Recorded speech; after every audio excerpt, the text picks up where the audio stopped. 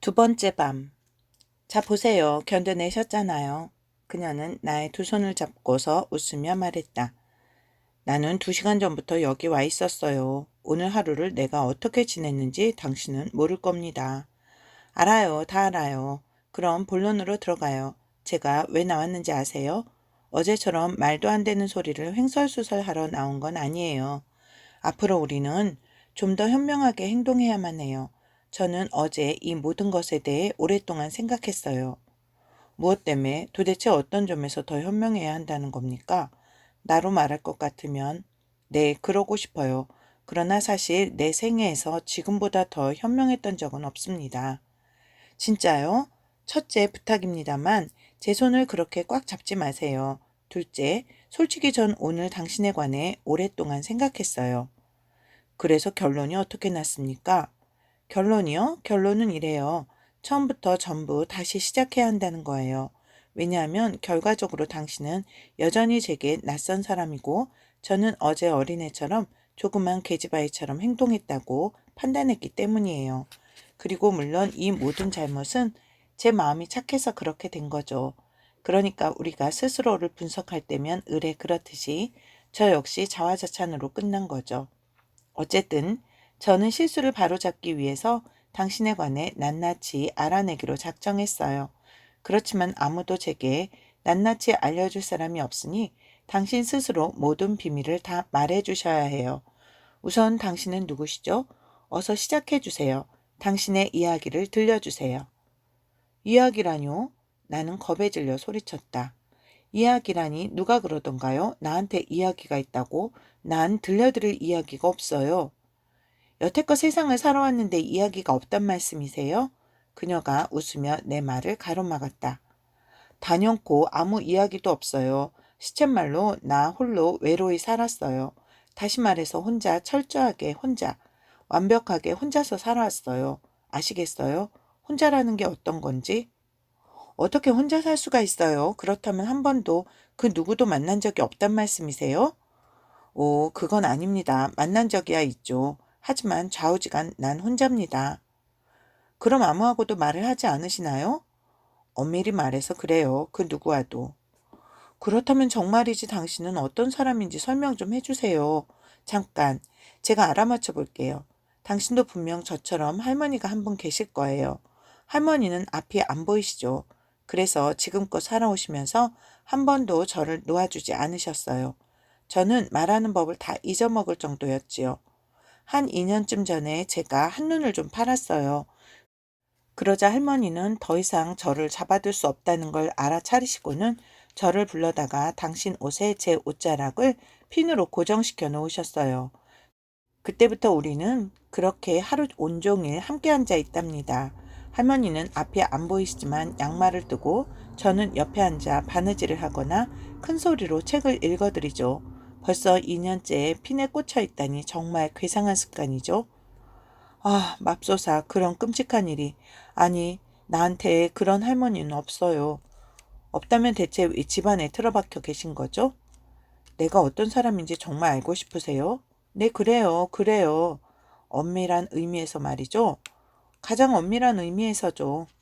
그러시다면 말씀드리죠. 나는 타입입니다. 타입? 타입? 어떤 타입이요?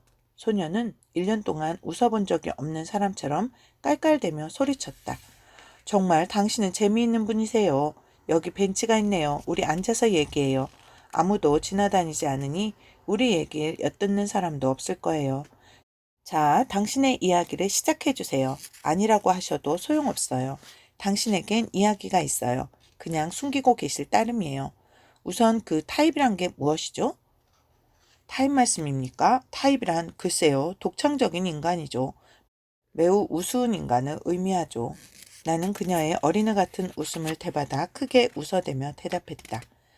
그건 성격을 의미합니다. 들어보세요. 당신은 몽상가가 무엇인지 아십니까? 몽상가요? 물론이죠. 어떻게 모를 수가 있겠어요. 제 자신이 몽상가인걸요. 할머니 곁에 앉아있다 보면 때론 별별 생각이 다 머릿속에 들어온답니다. 그럼요. 일단 꿈을 꾸기 시작하면 거기 완전히 빠지게 되죠. 저는 심지어 중국의 왕자에게 시집가는 공상까지 한답니다. 그렇지만 뭐 꿈을 꾼다는 건 어떤 때는 참 좋은 일이에요. 아니, 그거야 아무도 모를 일이죠. 특히 그것 말고도 뭔가 생각해야 할 일이 있을 때는요. 소녀는 이번에는 다소 진지한 표정으로 말을 덧붙였다. 굉장하군요. 이미 중국 황제한테 시집까지 가보았으니 이제 뭐 나를 이해하는 것은 어렵지 않겠군요. 그럼 시작하지요. 그런데 실례지만 나는 아직까지 당신의 이름을 모르고 있습니다만 드디어 정말 일찍도 생각해내셨군요. 아, 맙소사. 내 기분이 너무 좋아서 미처 생각을 못했습니다. 제 이름은 나스젠까예요. 나스젠까? 그게 답니까? 다라니요? 그럼 그걸로도 부족하단 말씀이세요? 정말 욕심쟁이시군요. 부족하냐고요? 아니, 충분해요. 충분해요. 오히려 넘쳐요. 나스젠까, 당신은 처음부터 나를 위해 나스젠까가 되어주었으니 참으로 착한 아가씨예요. 그러면요, 아무럼요. 자, 나스젠까, 잘 들어보세요. 이제부터 얼마나 우스운 이야기가 나올지. 나는 그녀 옆에 앉았다. 그리고 짐짓 학자처럼 진지한 자세를 취하고는 책이라도 낭독하듯 이야기를 시작했다. 나스젠까, 당신은 잘 모르시겠지만 빼제르부르크에는 이상한 모퉁이가 몇 군데 있습니다. 이 모퉁이를 비추는 것은 모든 빼제르부르크 주민들을 비추는 태양과는 사뭇 다른, 마치 일부러 이 모양을 위해 주문된 것 같은 새로운 태양으로 무언가 다른 특수한 빛을 발합니다. 어여쁜 나스젠까 양, 이 모퉁이에서 영이 되는 삶은 우리 주변에서 끌어 넘치는 삶과는 전혀 다릅니다. 그것은 이 심각하게 짝이 없는 우리 시대가 아니라 저기 어딘가 먼 미지의 왕국에서나 있을 법한 삶입니다. 그것은 말입니다. 순수한 환상과 불타는 이상에 둔감하고 산문적인 어떤 것, 유감스럽게도 낯쨘까, 그리고 믿을 수 없이 범석하다곤 할 수 없지만 좌우간 평범한 어떤 것이 혼합된 그런 삶입니다. 휴, 맙소사. 무슨 서론이 그래요. 더 있다가 무슨 얘기가 나올지 모르겠네요. 아시겠어요, 나스젠까? 당신을 나스젠까라고 부르는 것에 결코 실증이 나지 않을 것 같군요. 말하자면 이렇습니다. 이 모퉁이에는 이상한 사람들, 즉 몽상가들이 살고 있습니다. 몽상가. 좀 더 자세히 정의하자면 그는 인간이 아니라 그러니까 이를테면 무슨 중성적인 존재라 할 수 있습니다. 그는 대체로 다른 사람이 근접할 수 없는 구석에 정착합니다. 마치 한낮의 햇빛까지도 피하려는 듯이 그 속으로 기어드는 거죠. 그리고 일단 자신의 안식처에 숨어들면 달팽이처럼 아예 자기 구멍에 찰싹 들러붙습니다. 적어도 이 점에서 그는 생물이자 동시에 집이기도 한 저 흥미로운 동물, 거북이라 불리는 것과 유사하죠. 당신의 생각은 어떻습니까? 그는 어째서 사방을 둘러싼 자신의 벽, 반드시 녹색으로 칠해지고 검게 그을고 칙칙하고 도저히 믿을 수 없을 정도로 담배 연기에 찌든 그 벽을 사랑하는 걸까요? 어째서 이 우스운 신사는 얼마 안 되는 친구들, 결국에 가서는 그런 친구조차 하나도 남김없이 사라질 테지만 그 중에 하나가 찾아오면 그토록 당황해하며 그토록 낯빛을 달리하며 그토록 곤혹스러워하며 그를 맞아들이는 걸까요? 사방의 벽 안에서 방금 무슨 범죄라도 저지른 듯 위조 지폐라도 찍어낸 듯 잡지에 보낼 익명의 편지에다 이 시의 저자는 이미 작고했지만 그의 친구인 나는 그의 작품을 발표하는 것이 신성한 의무라고 생각한다는 등의 첨언과 함께 시 구절이라도 써놓은 듯 말입니다. 말씀해 보세요, 나스젠까. 어째서 이 두 대담자는 말이 안 통하는 걸까요? 어째서 갑자기 찾아와 어리둥절해 있는 그 친구의 혓바닥에서는 웃음도 아무런 재기발랄한 표현도 튀어나오지 않는 걸까요?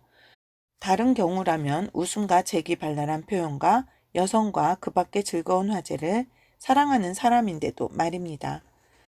그리고 마지막으로 최근에 사귄 것 같은 이 친구는 어째서 단 한 번뿐인 방문에서 이렇게 된 이상 두 번째 방문 같은 것은 없을 테니까요.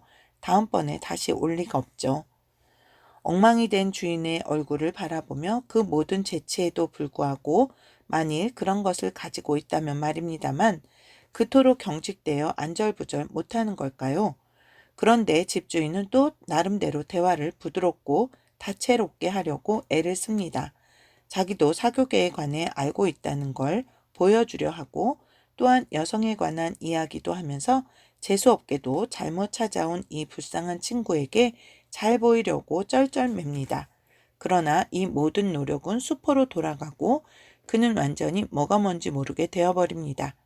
마지막으로 어째서 손님은 갑자기 모자를 움켜쥐고 잊지도 않은 무척 중요한 볼일이 방금 생각났다면서 미안한 기색을 보이며 어떻게든 실수를 만회해 보려고 갖은 애를 쓰는 주인의 뜨거운 악수에서 간신히 손을 빼고는 총총히 가버리는 걸까요? 어째서 떠나가는 친구는 문을 나서기가 무섭게 껄껄 웃으며 다시는 저 괴짜 녀석을 찾아오지 않겠노라 맹세하는 걸까요? 이 괴짜는 본질에 있어 무척 훌륭한 인간입니다만 한편으론 공상 속의 작은 변덕을 거부하지 못합니다.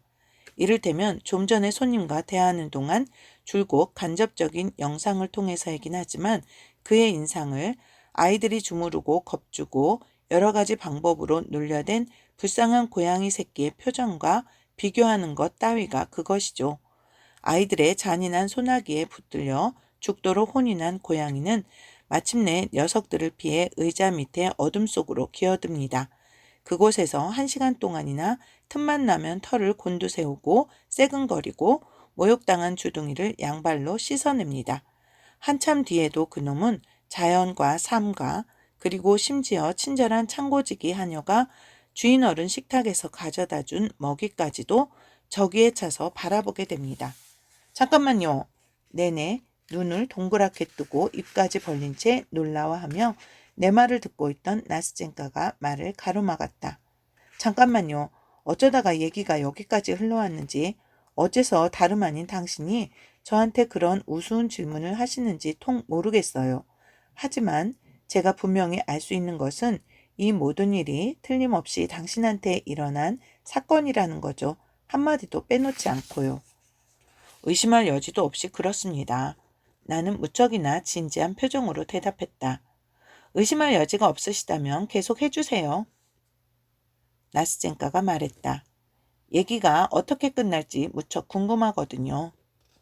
나스젠카, 당신은 우리의 주인공이, 아니 이 모든 사건의 주인공은 나 자신이라고 하는 겸허하고 귀하신 존재이니까 내가 라고 말하는 편이 낫겠지요.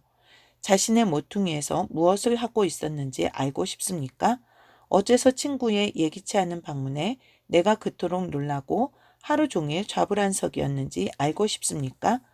방문이 열렸을 때 왜 내가 그런 식으로 갑자기 벌떡 일어나 그토록 얼굴을 붉혔는지, 어째서 나는 손님을 대접할 줄 모르고 내 자신의 손님 접대에 짓눌려 그토록 창피스럽게 나가 떨어졌는지 알고 싶습니까? 네, 그래요. 나스젠카가 대답했다. 그게 바로 문제예요. 그런데 잠깐만요. 당신은 참 유창하게도 말씀을 하세요. 하지만 어떻게든 그보다 덜 유창하게 말씀하실 수는 없으세요? 당신은 마치 책을 읽는 것처럼 말씀을 하시는군요. 나스젠카, 나는 가까스로 웃음을 참으며 엄숙하고 근엄한 목소리로 대답했다. 어여쁜 나스젠카 양, 나도 내가 유창하게 말한다는 걸 압니다. 내 잘못입니다. 하지만 나는 다른 식으로 말하는 법을 모릅니다. 나스젠카 양. 지금 나는 7봉인이 달린 항아리에 1년 동안 갇혀있던 솔로몬 왕의 영혼과도 같습니다. 마침내 그 7봉인은 뜯어졌습니다. 어여쁜 나스젠카 양. 그토록 오랜 이별 뒤에 우리가 다시 만난 지금 나는 당신을 이미 오래전부터 알아왔으며 나스젠카, 나는 이미 오래전부터 누군가를 찾고 있었습니다. 내가 찾고 있었던 사람이 바로 당신이며 우리의 만남은 운명이라는 게 분명하기 때문에 이렇게 말씀드리는 겁니다. 내 머릿속에서 수천 개의 판막이 활짝 열렸습니다. 나의 말은 강물처럼 흘러 넘쳐야 합니다. 그렇지 않으면 숨이 막혀 죽을 겁니다. 그러니 나를 말리지 마세요. 나스젠카. 그냥 조용히 차분히 들어주세요. 안 그러시면 나는 아무 말도 안 할 겁니다. 제발 그러지 마세요. 말씀해 주세요. 이제부터 입 다물고 있을게요. 그럼 계속하지요. 나의 벗 나스젠카요. 하루 중에 내가 너무나 좋아하는 시간이 있습니다. 모든 사업과 업무와 의무가 끝나고 모두들 먹고 쉬려고 집으로 총총 돌아가는 시간입니다.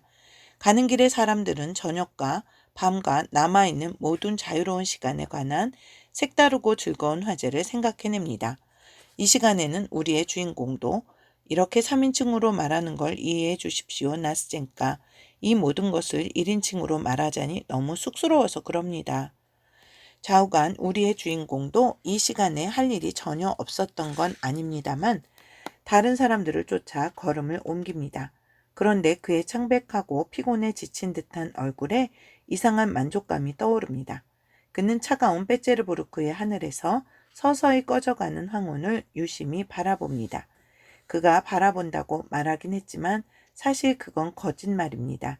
그는 바라보는 게 아니라 기진맥진한 듯 아니면 동시에 보다 흥미로운 다른 어떤 것을 골똘히 생각하는 듯 본능적으로 관조할 따름입니다. 사실 한순간 자기도 모르게 주변의 모든 것에 시간을 쪼갤 수 있으니까요. 그는 내일까지 지긋지긋한 업무에서 해방되었기 때문에 만족스러워합니다. 걸상에서 풀려나 좋아하는 놀이와 장난을 할 수 있게 된 아이처럼 그는 기뻐합니다.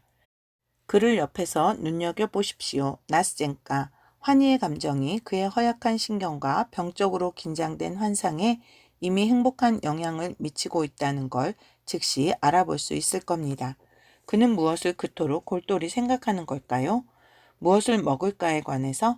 아니면 오늘 저녁 무엇을 할까 하고 그는 무엇을 그토록 뚫어지게 바라보는 걸까요? 발빠른 말이 끄는 화려한 마차를 타고 지나가는 귀부인에게 연극적인 포즈로 경의를 표하는 풍채 좋은 신사를 바라보는 걸까요? 아닙니다. 나스젠까. 지금 그런 사소한 일이 무슨 상관이 있겠습니까?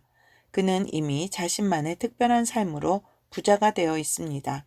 어쩌다 갑자기 부자가 되고 보니 꺼져가는 태양의 마지막 광채가 그의 앞에서 즐겁게 반짝이며 그의 뜨겁게 달구어진 심장으로부터 여러 가지 인상들을 줄줄이 불러내는 것도 무리가 아닙니다. 그는 전에는 아무리 사소한 것일망정 자신을 감동시키곤 했던 이 길에 이제는 거의 눈도 주지 않습니다. 이제 환상의 여신이 사랑스러운 나스젠까, 당신도 주코프스키를 읽었다면 아시겠죠? 이미 변덕스러운 손길로 황금의 날씨를 짜기 시작했고 한 번도 본 적이 없는 기묘한 삶의 문양을 그의 앞에 펼쳐 놓으려 다가옵니다. 어쩌면 여신은 변덕스러운 손길로 그가 지금 집으로 가기 위해 걷고 있는 멋진 화강암 보도에서 그를 들어 올려 수정으로 만든 7번째 천상으로 데려갈지도 모릅니다. 그를 멈춰 세우고 불쑥 물어보십시오. 지금 있는 곳이 어딘지, 어떤 거리를 지나가고 있는지 그는 분명 아무것도 기억하지 못할 겁니다. 어디를 걷고 있었는지, 지금 서 있는 곳이 어딘지 기억하지 못할 겁니다. 그리고 노여움에 얼굴을 붉히며 그래도 품위는 지켜야겠다는 생각에서 무언가 둘러댈 겁니다.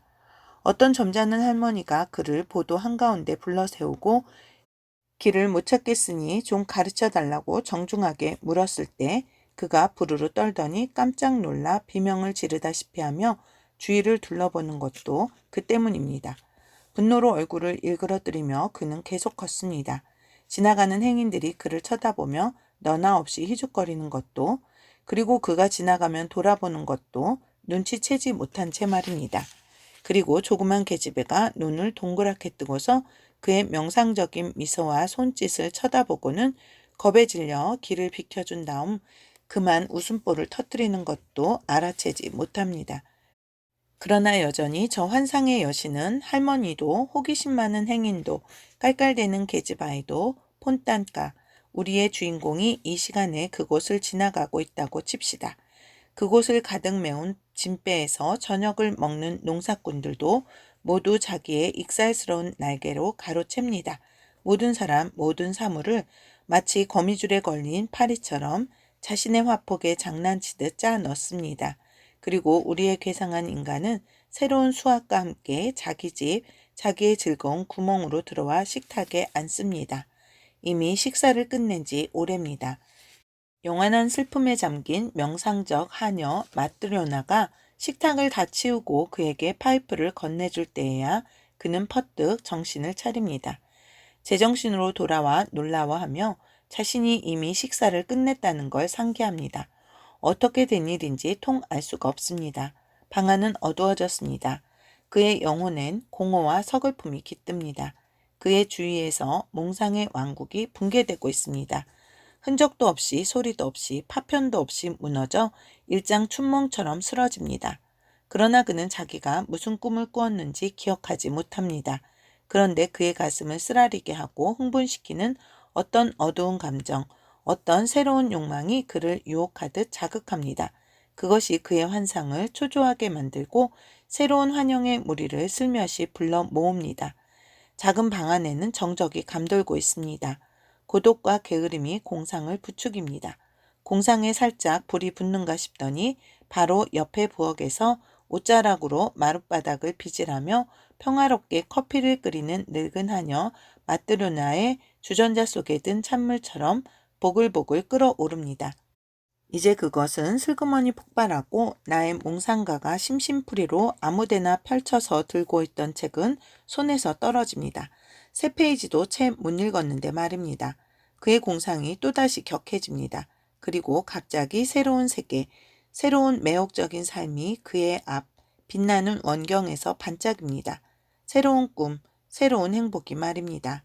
새롭고 오묘한 환각제, 그에게 우리의 현실적인 삶이 대체 무슨 의미가 있을까요? 그의 도취된 시각에서 본다면 나스젠가, 우리는 게으르고 무력하며 생기없는 삶을 살고 있는 셈입니다. 그의 시각에서 우리는 모두 운명을 탓하고 삶을 지겨워하고 있습니다. 네, 그래요. 사실 첫눈에 우리 주변에 있는 것은 모조리 냉랭하고 침울하고 마치 분노에 찬 것처럼 보이지 않습니까? 불쌍한 족속들 하고 나의 몽상가는 생각합니다. 그래요. 그렇게 생각하는 것도 무리가 아니죠.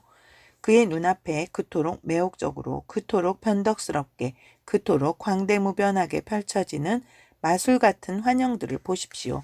그 마술 같은 생생한 화폭에서 전경을 차지하는 중심 인물은 물론 그 자신, 우리의 몽상가, 그 자신의 고귀한 존재입니다. 보세요. 얼마나 다양한 사건들이 펼쳐지는지, 환상에 찬 몽상의 대열이 얼마나 끝없이 이어지는지, 당신은 어쩜 이렇게 물을지도 모릅니다. 당신은 무엇에 관한 꿈을 꾸느냐고. 그러나 그걸 물을 필요가 어디 있겠습니까? 모든 것에 관해 꿈을 꾸는데 처음에는 인정받지 못하다가 결국 월계관을 쓰게 되는 시인의 역할, 호프만과의 우정, 성 바돌로메의 축일의 밤, 디아나 베르농, 까잔 점령시의 이반 바실리예비치의 공적, 클라라 모보라이, 유피아 댄스, 대승정의 집회와 그들 앞에 선 후스, 로베르트, 그 음악을 기억하시죠? 묘지의 냄새가 나도다에 나오는 죽은 자들의 폭동, 민나와 블렌다, 베레지나의 강의 전투, 이런 것들을 나는 꿈꿉니다. VD 백작 부인의 살롱에서 낭독하는 시, 당통 클레오파트라와 그녀의 연인, 꼴룸나의 작은 집, 자신의 작은 공간, 그리고 지금 당신이 내 말을 듣고 있듯이 겨울밤 곁에서 눈을 동그랗게 뜨고 입까지 벌린 채 이야기를 들어주는 귀여운 존재. 이런 것들입니다. 내 작은 천사요. 아니, 아닙니다. 나스젠가. 저 음탕하고 게으른 작자에게 내가 당신과 더불어 살고자 하는 이 현실의 삶이 무슨 아랑곳이겠습니까? 그는 자신에게도 언젠가 서글픈 시간이 닥칠지도 모른다는 걸 예측하지 못하므로 현실을 비참하고 가엾은 삶이라 생각합니다. 그때가 오면 그는 이 비참한 삶의 하루를 위해 자신의 모든 환상적 세월을, 그것도 무슨 기쁨이나 행복을 위해서가 아니라 그냥 내버려야 할 겁니다. 그리고 그 슬픔과 회한과 물밀듯이 터져나오는 고뇌의 시간에 그는 선택을 원치 않을 겁니다. 그러나 저 무시무시한 시간이 아직은 닥치지 않았으니 그는 아무것도 아쉬울 게 없습니다. 왜냐하면 그는 모든 욕망을 초월해 있고 모든 걸 갖추고 있기 때문입니다. 그는 충만된 삶을 살고 있고 자신의 삶을 매 순간 그때그때의 변덕에 따라 창조할 수 있는 예술가이기 때문입니다. 그리고 사실 이 동화 같은 환상적 세계는 그토록 수월하게 자연스럽게 창조되고 있지 않습니까? 마치 이 모든 것이 환영이 아닌 듯합니다. 사실 어떤 때는 이 삶 전체가 감정의 자극도 신기루도 공상의 기만도 아니고 정말로 현실에 존재하는 진정하고 본질적인 것이라 믿고 싶은 겁니다. 나스젠가 말씀해 주세요. 어째서 그런 순간이면 영혼이 죄어드는 느낌일까요? 어떤 마법에 걸린 듯, 어떤 알 수 없는 변덕에 취한 듯, 몽상가의 맥박이 빨라지고 눈에서 눈물이 샘솟고 눈물에 젖은 창백한 두 뺨이 달아오르고 그의 존재 전체가 형언할 수 없는 환희로 가득 차는 것은 무슨 까닭일까요? 불면의 밤이 무한한 기쁨과 행복 속에서 찰나처럼 지나가고 새벽의 분홍빛 햇살이 온통 창문에 어른거릴 때 우리 빼째르부르크에서는 언제나 그렇듯 여명이 환상적인 아련한 빛으로 횡댕그렁한 방을 비출 때 우리의 몽상가가 지치고 기진맥진한 몸을 침대에 던지고는 병적으로 전율하는 영혼의 환희를 가슴에 두근거리며 심장에 지겹도록 달콤한 고통을 느끼며 잠속으로 빠져드는 것은 어째서일까요? 그래요, 나스젠가. 당신도 속아 넘어갈 겁니다. 남의 일이지만 그의 영혼을 뒤흔드는 것은 진정한 진실된 정열이라고 믿게 될 겁니다. 그의 보이지 않는 꿈속에는 무언가 살아있는 것, 손에 잡히는 것이 있다고 저도 모르게 믿게 될 겁니다. 하지만 그게 얼마나 헛된 망상일까요? 예를 들어 보겠습니다. 사랑이 그 모든 무한한 기쁨과 함께 모든 지긋지긋한 고통과 함께 그의 가슴을 파고듭니다. 그저 그를 한번 쳐다보기만 해도 확인할 수 있을 겁니다. 사랑스러운 나스젠가, 당신이라면 그의 얼굴을 보고 믿겠습니까? 자기가 극도로 격양된 몽상 속에서 그토록 사랑하는 여인을 그는 사실은 한 번도 본 적이 없다는 사실을, 실제로 그는 그녀를 어떤 유혹적인 환영 사이에서 본 것뿐이며 그의 정열 또한 단지 꿈속의 일은 아니었을까요? 그들은 정말로 손에 손을 맞잡고 수년간을 살아온 걸까요? 단둘이서만 이 세상을 모두 버리고 오로지 서로의 세계, 서로의 삶과 하나가 되어서 헤어져야 할 늦은 시각에 그의 가슴에 안겨 통곡하고 번민하며 찌푸린 하늘 아래서 요동치는 폭풍도 듣지 못하고 자신의 속눈썹에서 눈물을 떼어가는 바람소리도 듣지 못한 게 정말 그녀였을까요? 정말 이 모든 것은 꿈이 아니었을까요? 인적이 끊긴 저 거칠고 황량한 정원, 이끼 낀 새끼리 여기저기 뚫린 쓸쓸하고 적막한 정원, 그것까지도 꿈이 아니었을까요? 그들은 종종 단둘이서 그곳을 걸어 다녔습니다. 희망을 품기도 하고 고통스러워하기도 하며 그리고 서로를 그렇게나 오래도록 그토록 길고 다정하게 사랑하며 네, 사랑하면서 말입니다. 그녀가 오랫동안 늙고 까다로운 남편과 고독하게 서글프게 살았던 저 해묵은 괴상한 저택도 꿈이었을까요? 언제나 무뚝뚝하고 성마른 남편은 어린애처럼 수줍어하는 그들을 쓸쓸하고 소심하게 서로에 대한 사랑을 숨기고 있던 그들을 위협했죠. 그들은 얼마나 고통스러워했으며 얼마나 두려워했던가요? 그들의 사랑은 얼마나 순결하고 얼마나 천진난만했던가요? 그리고 이미 말할 것도 없겠지만 나스젠가요? 사람들은 또 얼마나 사악했던가요? 아, 하느님, 세월이 흐른 뒤 그가 만났던 것은 정말 그녀가 아니었단 말입니까? 조국의 해안에서 멀리 떨어져 한낮의 태양이 장렬하는 낯선 하늘 아래서 경이로운 영혼의 도시 로마에서 무도회의 강채 속에서 귀를 찢을 듯한 음악 소리 속에서 불꽃의 바다에 잠긴 궁전에서 반드시 궁전이라야 합니다. 도금냥 나무와 장미나무로 둘러싸인 바로 그 발코니에서 그들은 다시 만났습니다. 그를 알아본 그녀는 재빨리 가면을 벗고 속삭였습니다. 저는 이제 자유의 몸이에요. 그녀는 온몸을 파르르 떨더니 그의 품 안으로 달려들었습니다. 그들은 부둥켜 안고 행복한 비명을 질렀습니다. 그리고 한순간 슬픔도 이별도 모든 고통도 그리고 머나먼 조국에 있는 음침한 저택도 늙은 남편도 황량한 정원도 모두 잊었습니다. 그리고 그녀가 열정적인 마지막 입맞춤을 나눈 뒤 혼을 앗아갈 듯한 고통으로 딱딱하게 굳은 그의 품 안에서 몸을 빼던 그 벤치도. 아, 나스젠까. 당신도 이제 이해하시겠죠? 당신의 초대받지 않는 친구, 그 훤칠한 키에 건강하고 명랑하고 수다스러운 청년이 당신 방문을 벌컥 열어젖히며 아무 일도 없었다는 듯이 이보게 형씨 지금 막 파블로프스크에서 도착했다네 하고 외친다면 당신도 벌떡 일어나 마치 옆집 정원에서 훔쳐온 사과를 막 호주머니에 쑤셔 넣은 꼬마처럼 얼굴을 벌겋게 붉히며 어쩔 줄을 몰라 할 겁니다. 맙소사. 늙은 백작은 죽었고 형언할 수 없는 행복이 다가왔는데 도대체 파블로프스크에서 사람들이 찾아오다니요. 나는 이렇게 애절한 탄성을 지르고는 애절한 표정으로 입을 다물었다. 기억하건대 나는 어떻게 해서든지 다소 무리를 해서라도 웃음을 터뜨리고 싶어 미칠 지경이었다.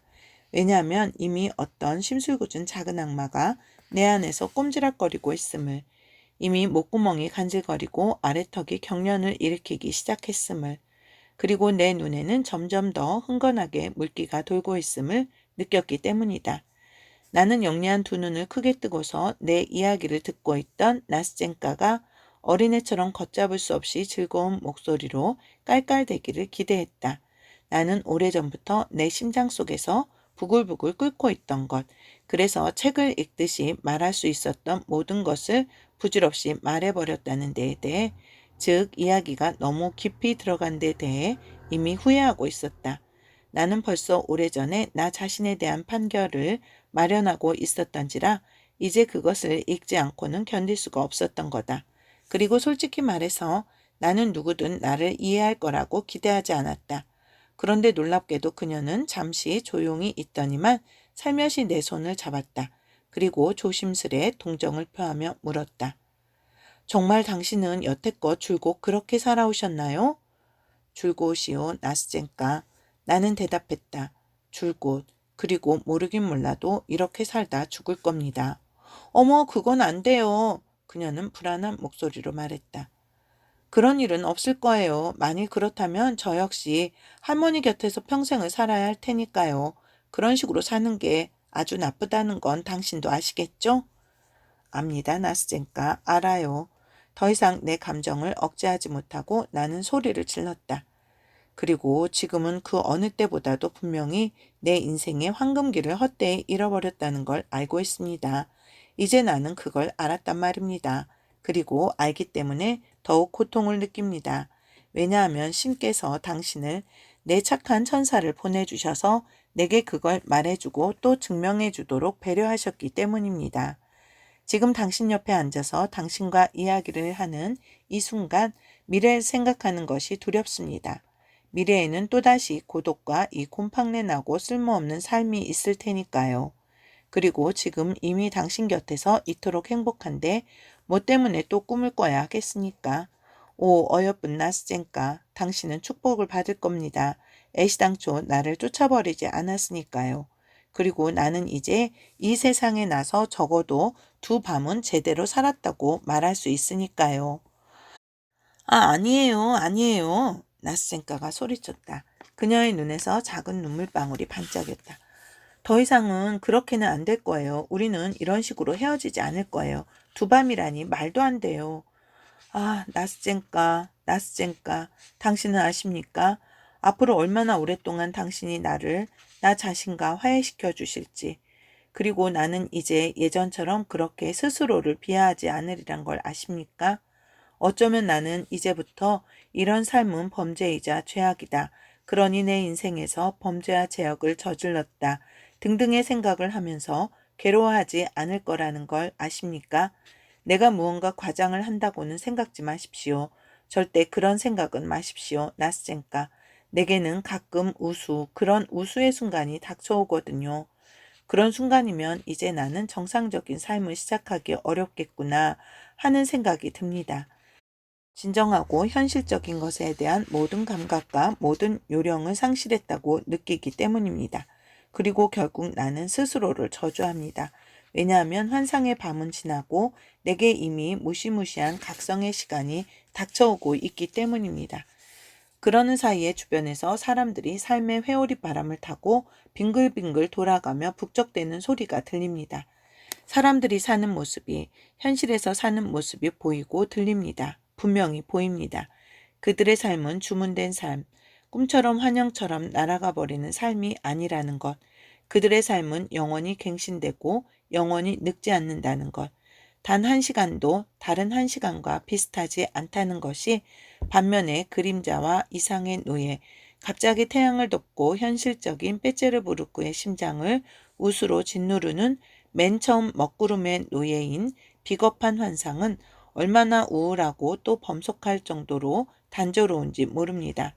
빼제르부르크의 심장도 자신의 태양을 소중히 여깁니다. 하지만 우수 속에 무슨 환상이 있겠습니까? 환상도 마침내 지쳐버린다는 게 느껴집니다. 이 지칠 줄 모르는 환상도 영원한 긴장 속에서 쇠약해집니다. 누구나 어른이 되고 자신이 과거에 품었던 이상으로부터 벗어나게 마련이니까요. 그 이상들은 산산조각 부서져 가루가 됩니다. 만일 다른 삶이 없다면 그 부스러기를 가지고 다시 삶을 꾸며야 합니다. 그런데 영혼은 뭔가 다른 것을 원하고 또 요구합니다. 그래서 몽상가는 부질없이 마치 재 속을 헤집듯 자신의 낡은 몽상을 뒤적거립니다. 재 속에서 무슨 붓이라도 하나 찾아내어 호호 불어가지고는 다시 붙은 불로 차가워진 심장을 녹여보려는 거지요. 그리고 과거에 그토록 다정했던 모든 것, 영혼을 감동시켰던 모든 것, 피를 끓게 하고 눈물을 샘솟게 하던, 그리고 그토록 찬란하게 그를 기만했던 모든 것을 가슴속에 다시 살아나게 하려는 거죠. 나스젠까, 이제 내가 어디까지 갔는지 아시겠죠? 나는 내 감각의 기념일을 지내야 할 정도까지 되었습니다. 과거에 그토록 다정했던, 그러나 사실은 한 번도 존재했던 적이 없는 것들의 일주기 말입니다. 이 기념식은 어리석고 허황된 몽상을 따라 거행됩니다.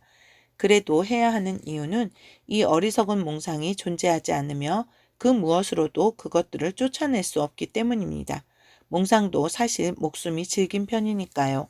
그래서 나는 지금 언젠가 과거에 나름대로 행복을 느꼈던 장소들을 기억해내곤 일정한 시간에 그곳을 방문하길 좋아합니다. 돌이킬 수 없는 지나간 과거에 맞추어 현재를 꾸미는 걸 좋아합니다. 그리고 마치 그림자처럼 까닭없이 목적도 없이 우울하고 침울하게 빼제르부르크의 골목골목 거리거리를 싸돌아다닙니다. 회상이란 참 대단한 거죠. 이를테면 이런 것이 생각납니다. 바로 1년 전, 바로 이때, 이 순간, 이 장소에서 지금처럼 우울하게, 지금처럼 고독하게 이 보도를 걷고 있었다는 건 말입니다. 또 이런 것도 생각납니다. 옛날에는 몽상은 서글픈 것이었고 옛날이라고 해서 뭐 더 나은 것도 없었건만 그래도 그때는 사는 게 왠지 좀 더 홀가분하고 좀 더 평화로웠다는 생각이 말입니다. 왜냐하면 그때는 지금 내게 달라붙어 있는 이 검은 상념이 없었으니까요. 밤이고 낮이고 한시도 내게 평화를 주지 않는 이 암울하고 위협적인 양심의 가책이 그땐 없었으니까요. 스스로에게 묻습니다. 그래, 너의 꿈은 지금 어디 있는가? 그런 다음 고개를 휘휘 저으며 이렇게 말합니다. 세월은 얼마나 빨리 흘러가는가? 그리고 또다시 묻습니다. 그래, 너는 이 세월 동안 무엇을 했는가? 너의 황금 같은 세월을 어디다 묻어버렸는가? 살아있었던 거냐 아니냐? 그런 다음 스스로에게 말합니다. 조심하라고. 세상은 점점 냉혹해지고 있어. 몇 년 더 지나면 또 우울한 고독이 뒤따를 거야. 목발을 짚고 부들부들 경련을 일으키는 노년이 찾아오겠지. 그리고 그 뒤에는 우수와 권태가 뒤따를 거야. 너의 환상세계도 빛을 잃겠지. 그리고 꿈은 시들어 낙엽처럼 떨어지고 마침내 사라져 버리겠지. 오, 나스젠까. 혼자, 전적으로 혼자 남는다는 것은 정말 슬픈 일이겠지요. 심지어 아쉬워할 것조차 아무것도 없다는 것은 잃어버린 모든 것도, 지금의 모든 것도 사실 아무것도 아니었으니까요. 어리석고 동굴한 원, 그저 한낱 꿈이었으니까요. 제발 더 이상 저를 슬프게 하지 마세요. 흐르는 눈물을 닦으며 나스젠카가 말했다. 이걸로 이야기를 마치도록 해요. 이제 우리는 함께 있을 거예요. 저한테 무슨 일이 일어나도 우리는 헤어지지 않을 거예요. 제 얘기를 들어보세요. 저는 단순한 여자예요. 할머니가 가정교사를 구해주시긴 했지만 배운 게 별로 없어요. 그러나 저는 분명 당신을 이해해요. 방금 당신이 제게 말해주신 모든 걸 저 자신도 경험했기 때문이에요. 할머니가 제 옷을 핀으로 꽂아버렸을 때 말이에요. 물론 저는 당신처럼 근사하게 말할 줄 몰라요. 배운 게 없으니까요. 아직도 나의 애절한 말과 고상한 표현에 일종의 존경심을 품고 있는 그녀는 머뭇거리며 덧붙였다. 그렇지만 당신이 제게 모두 털어놓아 주셔서 기뻐요. 이제 당신을 알겠어요. 속속들이 알겠어요. 그럼 이번에는 이렇게 해보죠. 당신에게 제 이야기를 모두 하나도 숨김없이 말씀드리고 싶어요. 그런 다음 당신이 제게 조언을 해주시는 거예요. 당신은 매우 현명한 분이니까 조언을 해주시겠다고 약속할 수 있겠죠? 아, 나스젠까. 나는 대답했다. 나는 현명한 조언은 고사하고 그냥 조언조차 해본 적이 없습니다. 하지만 보아하니 우리가 앞으로 항상 이런 식으로 살 거라면 그렇게 하는 것도 매우 현명할 것 같군요. 서로에게 아주 현명한 조언을 해준다는 것 말입니다. 착한 아가씨 나스젠까. 어떤 조언이 필요하십니까? 솔직히 말씀해 주세요. 지금 나는 너무도 즐겁고 행복하고 용감하고 현명해서 무슨 말이든 막힘없이 할 것 같습니다. 아니에요. 나스젠카가 웃으며 말을 막았다. 제게 필요한 건 그냥 현명한 조언이 아니에요. 100년 동안 저를 사랑해온 사람처럼 진심에서 우러나오는 오라버니 같은 그런 조언을 해주셔야 해요. 그렇게 합시다, 나스젠카. 그렇게 해요. 나는 기뻐서 소리쳤다. 내가 당신을 20년 동안 사랑해 왔더라도 지금보다 더 사랑할 순 없을 거예요. 자, 손을 주세요. 나스젠카가 말했다. 자, 여기. 그녀에게 손을 내밀며 나는 말했다. 그럼 이제 제 얘기를 시작하죠.